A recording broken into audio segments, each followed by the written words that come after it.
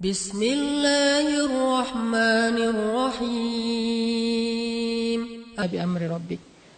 Kita imajinasikan suasana ketika Ramadan turun Al-Quran. Supaya kita tahu bulan Ramadan ini bulan yang di langit itu sibuk banget loh. Malam Ramadan pertama di langit itu hiruk pikuknya tuh luar biasa. Euforianya tuh luar biasa. Gembira semua langit tuh. Sampai surga dibukain satu pintu yang tidak dibuka kecuali di bulan Ramadan. Dan pohon-pohon di surga itu dihias oleh Allah seperti kita menghias taman dengan lampu-lampu di atas pohon. Jadi surga di bulan Ramadan itu kelap-kelip, indah sekali. Tanpa itu aja udah indah surga teh. Saking indahnya surga, Nabi kan pernah melihat surga ketika lagi sholat ya. Kalau nggak salah lagi sholat gerhana matahari. Allahu Akbar, tring gitu. Allah buka tabir, kalau bahasa kita itu dikasih kayak 4D gitu kan. Tiba-tiba Nabi ngelihat sesuatu yang lain. Allah bukakan tabir hijab surga sehingga Nabi melihat surga dari jarak yang sangat dekat. Saking dekatnya seolah-olah hanya dengan melangkah beliau bisa metik buah anggur di dalam surga. Nabi lagi sholat nih. Allah bukakan hijab, Nabi ngelihat surga, ada anggur yang bergelantungan dan gemes banget pengen dipetik saking kerennya nih anggur, saking ranum banget. Nabi berjalan lagi sholat menuju ke depan dan pengen ngeraih anggur. Lalu Allah tutup hijab itu, dibukalah hijab neraka. Nabi langsung mundur ke belakang sampai mentok ke sahabat di shaf pertama karena melihat isi neraka. Ini artinya surga nggak dihias saja tuh udah keren. Nggak dihias saja Allah sampai mengatakan bahasa-bahasa tentang surga itu di dalamnya lu'lu, marjan, segala macam. Di dalamnya ada banyak perhiasan-perhiasan. Belum lagi nanti bahasanya mudhammatan. Ada jenis surga yang hijau tua. Hah? Surga hijau tua maksudnya apa? Surga yang lebat dengan pohon-pohonnya. Ini berarti surga kayak Amazon kalau di dunia. Hutannya lebat banget dan itu buat anak-anak yang anak-anak gunung lah ya. Yang senang-senang gunung tuh ada mudhammatan ayatnya. Saya lagi nyari-nyari surga yang ada ombaknya yang mana gitu. Yang ada mudham. Kenapa surga identik dengan gunung, kebun, rumah, pasangan? Yang pasti pasangan itu yang penting sih. Karena ada kebun, gunung, segala macam sendiri agak-agak garing juga ya. Dan insya Allah di surga itu gak ada jomblo. Tetap hashtag mudhammatan. Jadi anak-anak wanadri ini coba baca Ar-Rahman dan coba bedah lagi ayat mudhammatan. Surganya hijau tua. Kenapa hijau tua? Saking lebatnya hutan di dalam surga. Kayak gimana jenis pohon di dalam surga? Satu pohonnya kita berjalan di bawahnya 100 tahun itu belum keluar dari naungan dahan-dahannya. Kan di daerah Taman Sari gitu kan ada pohon-pohon yang kebun binatang yang gede banget ya, melintasi jalan. Itu baru di dunia aja udah kayak gitu pohon, gimana di surga. Sehingga kalau kita berjalan di bawahnya 100 tahun, naik onta nih 100 tahun, belum keluar dari dahan atau naungan keteduhan satu pohon doang. Makanya disebut mudhammatan, hijau tua, lebat banget. Siapa yang ada di sana? Itu tempat spot buat berburu. Karena salah satu hobi nanti penghuni surga, terutama yang cowok-cowok berburu. Cewek-cewek nemenin cowoknya berburu. Berburu, kita udah, dan berburunya udah jago, bukan meleset-meleset wae. Jadi gak seru juga kan, meleset akhirnya stres. Kenapa? Gak dapat buruan. Masa di surga stres gitu? Pastilah. Nanti kalau yang tadi main air, pasti udah jadi tiba-tiba jadi kayak Kelly Slater gitu. Tiba-tiba jadi main di barrel gitu, udah jago pro surfer gitu. Karena di sana tuh udah gak ada lagi yang setengah-setengah, semuanya jadi pro. La khaufun alaihim wala nas. Gambaran emosional, perasaan manusia di dalam surga, la khaufun alaihim wala hum yahzanun. Enggak ada lagi rasa takut, khawatir dan enggak ada lagi rasa kecewa atau sedih.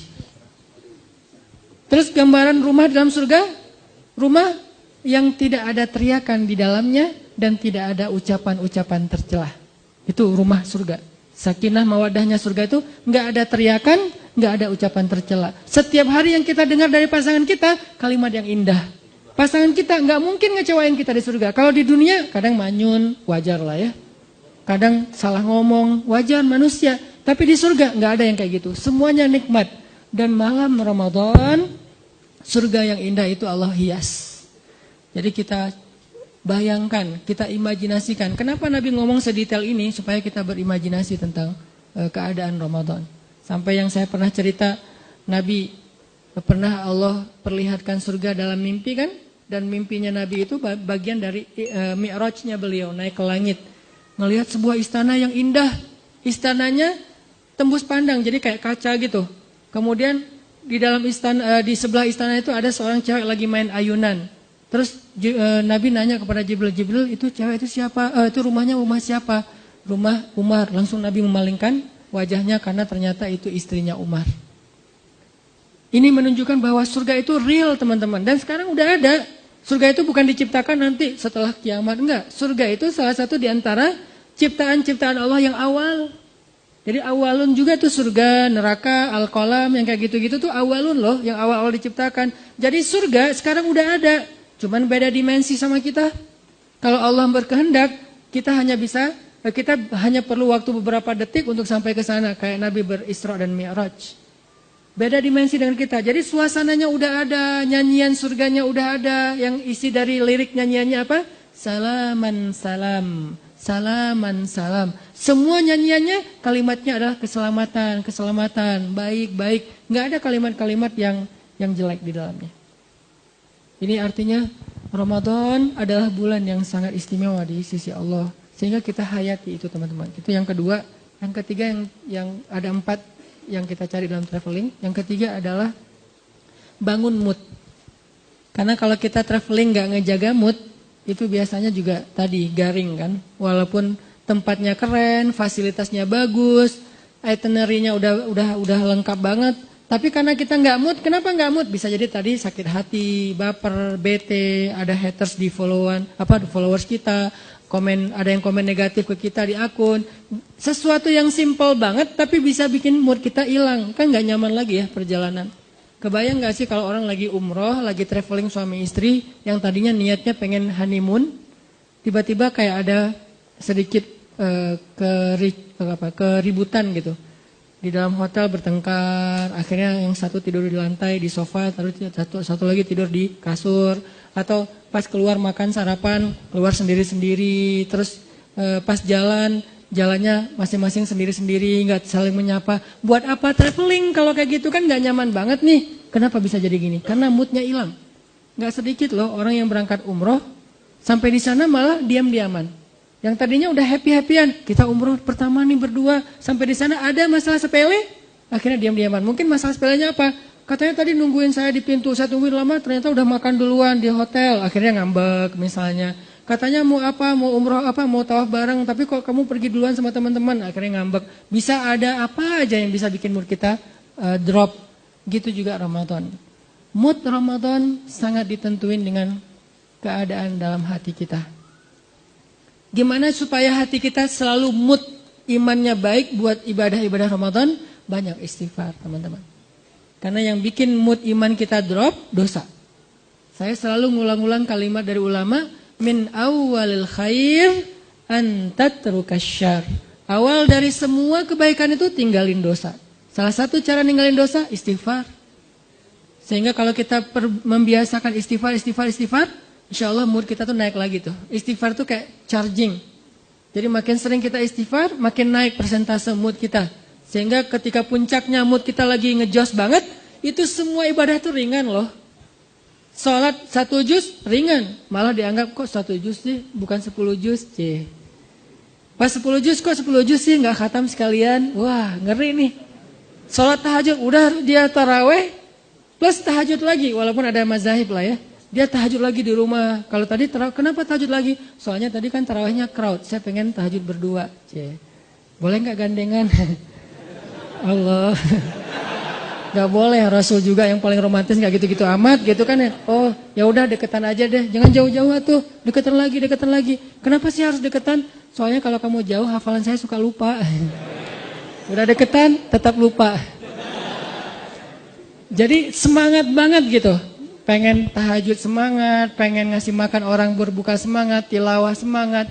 Apa aja lah pokoknya kebaikan-kebaikan karena moodnya lagi dapat istighfar. Dan yang terakhir, yang keempat, ini juga penting teman-teman.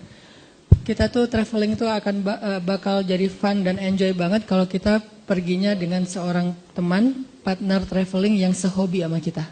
Itu bakalan enjoy banget. Misalnya yang seneng di air. Kebayang gak sih kita traveling ke laut sama teman kita yang takut hitam? Bete banget kan? Nyemplung yuk. Malas hitam gitu. Kalau saya kan emang gak takut hitam karena udah kagok kan. Ya udah sekalian lah gitu. Saya gitu nggak gitu juga tetap aja dibilang hitam. Ya udah kagok lah sekalian hitam gitu. Walaupun tetap rempong pakai segala macam. Apa? Biar nggak bertambah daripada nanti nggak dibukain pintu sama istri. Soalnya nggak kenal siapa sih ini. Kebayang kita lagi senang-senangnya main air. Pergi ke wisatanya ke laut. Tapi teman kita takut hitam. Atau teman kita nggak senang air. Dia duduk aja di warung, minum es kelapa muda, makan ikan, segala macam. Kita sendiri yang garing. Karena saya pernah traveling di sebuah tempat, saya udah nyemplung, snorkeling gitu, free dive nggak jelas gitu. Kenapa nggak jelas free dive tapi cuma setengah meter gitu, free dive gitu. Karena khawatir kalau yang jurang-jurang di dalam laut. Pokoknya lagi free dive gitu, teman-teman pada selfie-an gitu. Seru loh ini banyak ikan hias, banyak terumbu karang. Oh iya Ustaz bagus, tampil selfie. Cuman 15 menit saya langsung naik lagi ke boat. Kenapa? Gak seru, garing banget. Masa saya mau jadi sendiri doang di situ di laut, yang lain pada di atas kapal. Ini karena gak dapat partner yang sehobi. Sama kayak kita yang senang gunung, ngajak orang yang malas banget ke gunung. Kedinginan, banyak nyamuk, belum lagi nanti jurik segala macam, khawatir. Masa mau, saya mau ke belakang. Terus bangunin kita, kenapa? Takut gitu kan ya. Kan gak seru banget kan. Belum lagi dia lebay gitu orangnya ke gunung kayak nonton film horor. Dikit-dikit peluk gitu. Ya kalau itu pasangan. Kalau teman kos-kosan gitu kan geli ya. Ini gak sehobi nih sama kita nih ke gunungnya. Jadi gak akan nyaman perjalanan kita trip ke gunung. Atau yang ke mall. Saya sering merhatiin nih kalau lagi nganterin istri ke mall. Apalagi mallnya yang agak-agak rame gitu kayak pasar baru ya. Saya kalau datang ke tempat-tempat yang crowd gitu, saya perhatiin apa? Wajah bapak-bapak. Itu semuanya kerung gitu. Ibu-ibunya, beda banget nih ekspresi antara ibu-ibu sama bapak-bapak kalau di mall teh. Apalagi mall yang pasar-pasar gitu kan bapak-bapaknya. Sambil bawa bawa bawaan gitu istrinya. Istrinya kan nggak bawa jadi nggak berasa belanja banyak kan. Kayak free gitu. Belum ada apa-apa yang dibeli. Si bapaknya ini apa? Makanya kan ada sunnah Nabi dalam sunnah berbelanja. Salah satunya apa? Suatu hari Nabi lagi belanja bareng dengan Abu Hurairah, ditemenin gitu. Pas Nabi udah beli sesuatu, Abu Hurairah pengen ngambil. Ya Rasul biasa bawa. Kata Nabi, seorang yang belanja membawa belanjaannya sendiri. Itu sunnah belanja. Kenapa kita bawa belanjaan sendiri? Biar tahu kalau kita udah belanja banyak. Kalau yang bawanya supir, suami atau siapa gitu, kita nggak tahu. Makanya belanja bawaan sendiri. Udah banyak akhirnya males gitu kan. Atau naruh dulu di bagasi mobil balik lagi. Tetap aja. Itu wajah bapak-bapak tuh rata-rata tuh bete banget loh. Kalau di tempat-tempat crowd gitu ya. Semuanya pada bete. Kalau seandainya mereka bisa memilih. Cuman gak dikasih pilihan sama istrinya. Seandainya bisa memilih pasti mereka mau mojok di mana gitu ngopi. Kalau udah dikasih kopi langsung cenghar lagi kan ya. Wah kopi nih. Makanya kalau partner traveling kita nggak sehobi itu nggak bakalan enjoy, pasti nggak nyaman banget. Sebentar udah langsung pengen cus. Kenapa? Udah kelihatan ada wajah-wajah bete nih. Mudah-mudahan kita cari partner Ramadan kita. Siapa yang rajin tilawah? Almar'u ala dini khalilih. Seseorang itu tergantung siapa teman dekatnya. Jadi kalau partner traveling Ramadan kita senang tilawah, kita ke bawah. Senang tahajud kita ke bawah. Senang sedekah kita ke bawah. Senang kebaikan-kebaikan kita ke bawah. Cari partner traveling yang bisa bikin Ramadan kita lebih semangat, lebih lebih nyaman gitu. Dan mudah-mudahan di akhir Ramadan nanti ada satu kesempatan 10 malam terakhir. Itu kalau saya analogiin dengan traveling teman-teman. Biasanya pas kita traveling kalau dengan pasangan tuh selalu hari terakhir itu kita nggak barengan. Hari pertama barengan, kedua barengan, terus aja barengan, pegangan tangan kemana-mana nggak bisa lepas gitu. Giliran hari terakhir pasti nggak barengan. Kenapa? Karena masing-masing ngejar target. Nyari oleh-oleh yang belum dapat. Si ibunya nyari oleh-oleh buat teman-temannya, si yang cowoknya juga nyari oleh-oleh buat teman-temannya. Jadi semuanya mencar. Hari terakhir biasanya mencar tuh. Masing-masing rempong sendiri-sendiri. Udah kita nanti ketemuan di sini ya, meeting pointnya, udah jalan sendiri-sendiri. Itu analogi sederhana berlaku juga di Ramadan. Hari terakhir yang tadinya kita barengan, berbuka puasa bareng, malam tahajud bareng. Begitu masuk asyarah min awakhir Ramadan, 10 terakhir bulan Ramadan kayaknya kita harus berlakukan SOP traveling. Gak apa-apa deh, kali ini kita agak sendiri-sendiri. Itikaf sendiri-sendiri, maksudnya satu masjid tapi kan beda. Masa mau itikaf di sini mesra-mesraan kan agak aneh ya. Boleh sih mesra-mesraan, gimana? Nyisir rambut.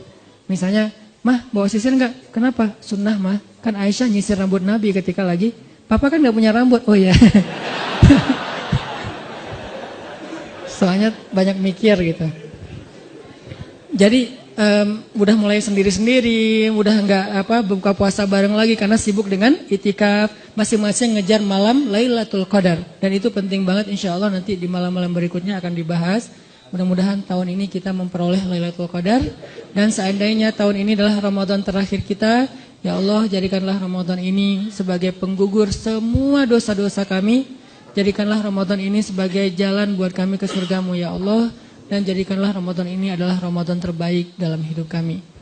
Semoga Allah memberkahi bulan Ramadan kita. Kullu am wa antum bi khair. Ramadan karim. Billahi taufiq wal hidayah. Wassalamualaikum warahmatullahi wabarakatuh.